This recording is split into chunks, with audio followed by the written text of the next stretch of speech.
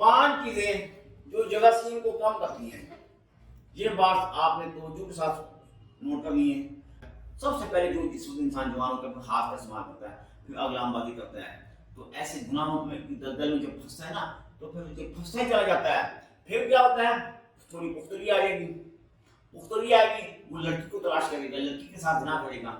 بعض اوقات ایسا ہوتا ہے کہ وہ مینسس کی حالت میں زنا کر بیٹھتا ہے۔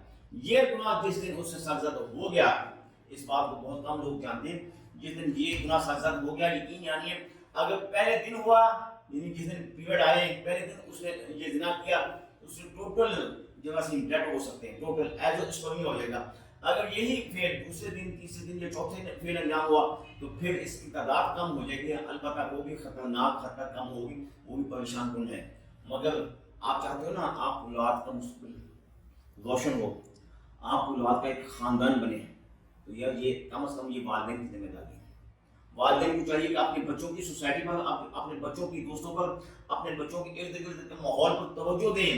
فاسٹ فوڈ کا اگر آپ کثرت کے ساتھ استعمال کرو گے تو یقین یعنی چند مہینوں کے بعد آپ کے جراثیم کم ہوتے چلے جائیں گے، یا ڈیڈ ہو جائیں گے یا کم ہو جائیں گے۔ دوسرے نمبر پر سویابین کے پروڈکٹ آپ نے استعمال نہیں کرنے، یہ جراثیم کے لیے انتہا درجے مضر صحت ہے، جبکہ یہی سویابین خواتین کے لیے بہتر ہے، ان کے ہارمون کو سپورٹ کرتی ہے۔ آپ نے ایسی کوئی پروڈکٹ نہیں لینی جس میں تمباکو ہو، گٹکا ہو، پان کا استعمال کیا گیا ہو، چھالیاں کا استعمال کیا گیا ہو۔ ان تمام کو مزاج گرم ہے، ان تمام چیزوں سے آپ نے پرہیز کرنا تاکہ آپ کے جراثیم لیول کو ہم نے بہتر کرنا۔ اگر آپ کا جراثیم لیول بہتر ہوگا تو آپ پہلی صحبت سے دوسری صحبت، ہر تیسری صحبت کرنے کے بعد اللہ تعالیٰ کے فضل کرم سے حمل ہو جائے گا، پھر آپ باپ بننے کی صلاحیت آپ میں ہوگی۔ ایسی تمام اشیاء جن میں نکوٹین لیول زیادہ ہو، نکوٹین جراثیم کے لیے انتہا درجے مضر صحت ہے، آپ نکوٹین سے بنی مکمل اشیاء سے آپ نے پرہیز کرنا ہے۔ الکوہل کا مزاج گرم اور خشک ہے، کیونکہ یہ زیادہ تر میڈیسن میں بھی استعمال ہوتی ہے اور اس سے شراب میں بھی استعمال ہوتی ہے، دیسی ہو یا بلیک ہو، آپ اس کو مکمل طور پر احتیاط کریں، کیونکہ جس وقت اگر آپ الکوہل کا استعمال کرو گے وہ کسی بھی فارم میں، یہ بات ذہن میں رکھ لیں کہ آپ کے جراثیم کافی حد تک متاثر ہوں گے، جراثیم کو نقصان بہت ہوگا۔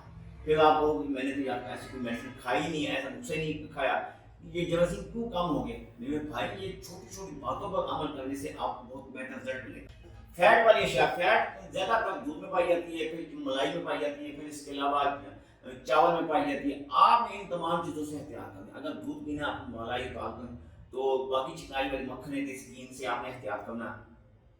پھر اس کے علاوہ جتنی بھی تلی ہوئی اشیاء، برگر، پیزا، شاورما، ان تمام چیزوں سے آپ نے احتیاط کرنی ہے۔ یہ چیزیں کولیسٹرول کو بہت زیادہ سپورٹ کرتی ہیں۔ جس وقت کولیسٹرول آپ کی باڈی میں ہائی ہوگا تو آپ کی جراثیم کم ہوتے چلے جائیں گے، کیونکہ کولیسٹرول کا مزاج بھی گرم اور تر ہے، اسی لیے آپ نے ان تمام تری والی چیزوں سے احتیاط کرو گے تو آپ کا کولیسٹرول لیول کم ہوتا چلا جائے گا، پھر آپ کے لیے نقصان کا باعث نہیں بنے گا، آپ کی جراثیم کو نقصان نہیں ہوگا۔ ایک ادارے کی رپورٹ کے مطابق جب سے پاکستان انڈیا علیحدہ ہوئے 1947 سے لے کے اب تک جتنے سال ہو چکے ہیں، اتنے سالوں میں جراثیم لیول کم ہوا، یہ کتنا کم ہوا؟ میں آپ کو رپورٹ بتانے جا رہا ہوں، آپ خود حیران ہو گئے کہ یار خود بخود جراثیم لیول کم ہوتے چلا جا رہا ہے۔ 40% جراثیم لیول کم ہوا۔ اس کی وجہ کیا ہے؟ آپ نے بھی نوٹ کیا، آپ کا متوازن غذا نہ ہونا، آپ کی دیسی خوراک پر آپ کا دھیان نہ ہونا، بازار سے بنی بنائی پکی پکائی اشیاء کا زیادہ استعمال کرنا، فاسٹ فوڈ کا زیادہ استعمال کرنا، دودھ سے پرہیز کرنا، آپ نے دہی سے آپ پرہیز کرتے ہو، اس کے علاوہ جتنی بھی دودھ سے بنی ہوئی اشیاء ان سے پرہیز کرتے ہو، تو آپ کیسے کرتے ہو؟ اکثر سے تو آپ صحت بہتر رہے گی۔